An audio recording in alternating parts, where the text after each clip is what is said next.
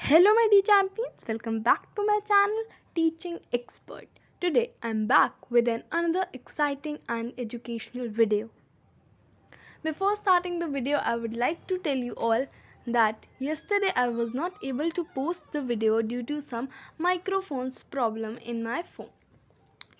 तो इसीलिए कल हम वीडियो पोस्ट नहीं कर पाते क्योंकि वो माइक्रोफोन ने काम करना बंद कर दिया था। तो अभी वो सही हो गया, तो आज हम वीडियो पोस्ट कर रहे हैं। ठीक है, तो आज हम पढ़ेंगे क्लासिफिकेशन के कुछ इम्पॉर्टेंट क्वेश्चंस के बारे में। मतलब इसी टाइप के क्वेश्चन आपके एग्ज़ाम में आएंगे। ऑल दो क्लासिफिकेशन का इतना वेटेज होता नहीं एग्ज़ाम में, बट फिर भी it is a topic, so you must have to study and you will study. तो क्वेश्चन है, in each of the given questions 3 out of 4 alternatives are same in some way and so form a group. Find the odd one that does not belong to the group.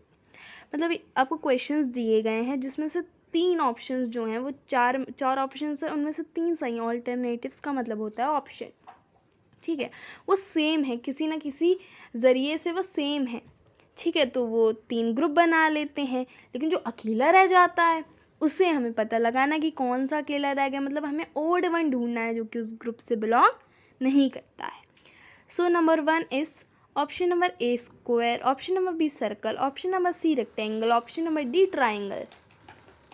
तो यहाँ पे जैसा कि हमें पता है कि जो स्क्वायर, रेक्टेंगल और ट्राइंगल होते हैं वो स्ट्रेट लाइन से बने होते कि नहीं बने होते हैं। लेकिन जो सर्कल होता है वो क्या स्ट्रेट लाइन से बना होता है?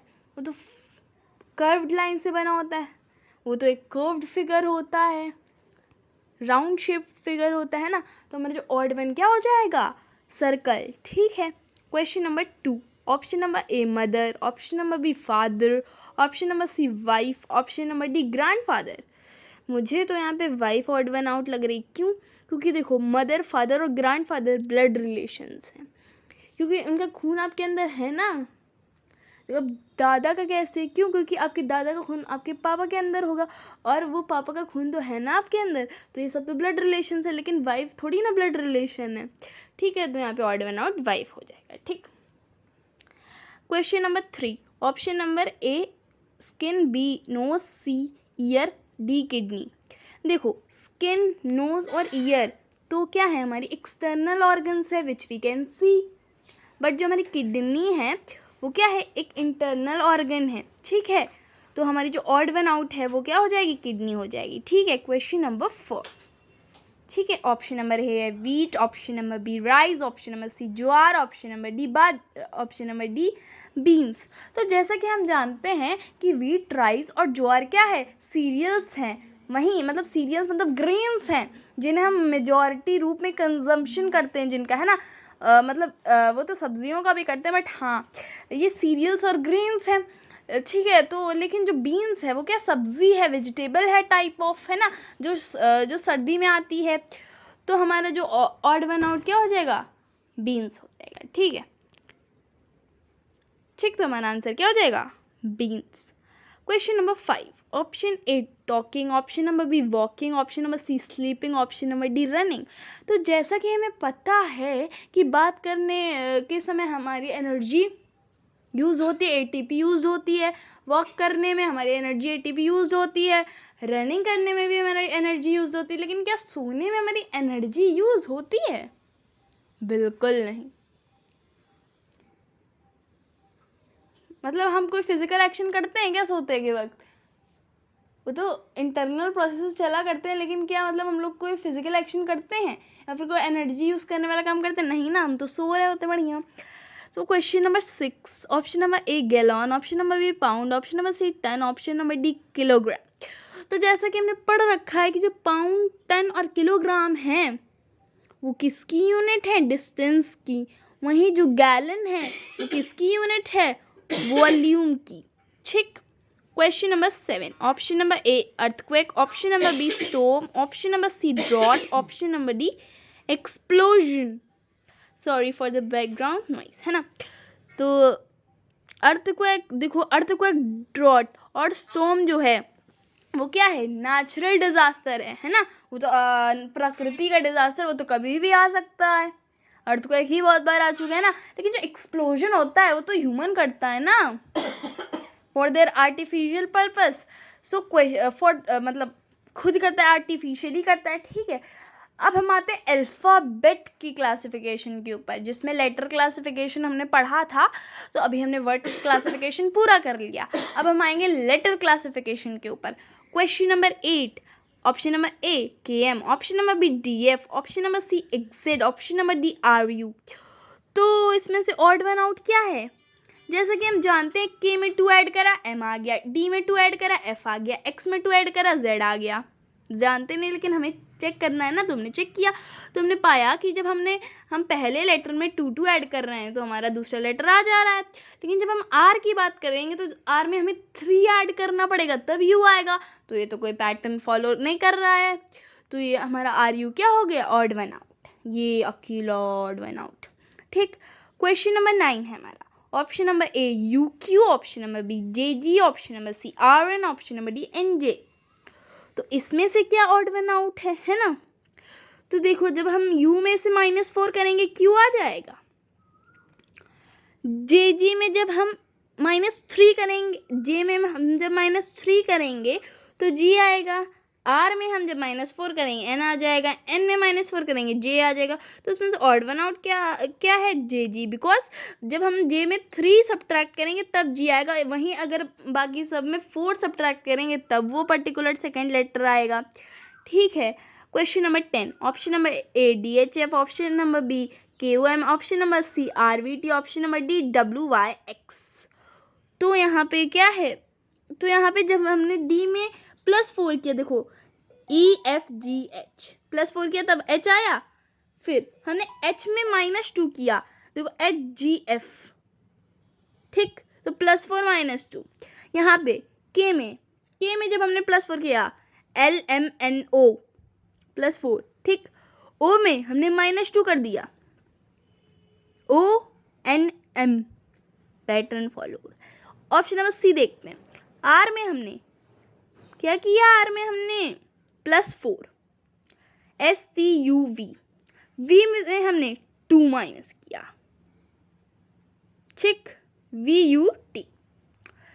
D में हमने, लेकिन अगर हम D में देखें तो W में हम 2 ऐड कर रहे हैं तो Y आ रहा है, Y में -1 कर रहे हैं तो X आ रहा है। तो यहाँ पे तो भाई वो जो हमने तीनों ऑप्शन में पैटर्न फॉलो करवाया वो हो ही नहीं रहा है।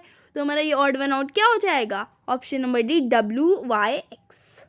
Question number 11, option number A KQNN, option number B DWFU, option number C EVHS, option number D HSKP। तो अगर हम यहाँ पे ध्यान से देखें तो जब हमने फर्स्ट और थर्ड लेटर देखा तो हमने K में क्या करा? +3 करा, LMN, N आ गया। Q में हमने -3 किया, NO, MNO, QR, NOQR,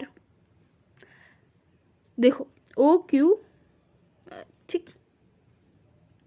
NOQ, ठीक। तो ऐसा हो रहा है। ऑप्शन नंबर बी देखते हैं, चलिए DWFU। हमने D में 2 प्लस किया, F आ गया, W में -2 किया, U आ गया। ऑप्शन नंबर सी देखते हैं, EVHS। तो हमने E में +3 किया, FGH, और H में 3 माइनस कर दिया, H में नहीं सॉरी, और फिर हमने जब VS देखा तो V में हमने -3 कर दिया, ठीक।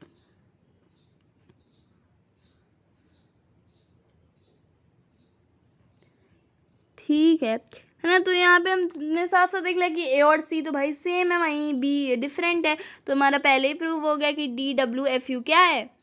Odd one out. Question number 12, A option A है MONJK, option number B ACAZV, option number C GMRGS, option number D METEI।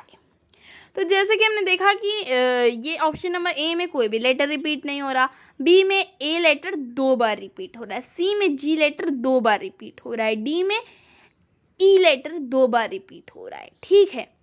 तो यहाँ पे जो है ऑड वन आउट क्या हो जाएगा? Option number A MONJK।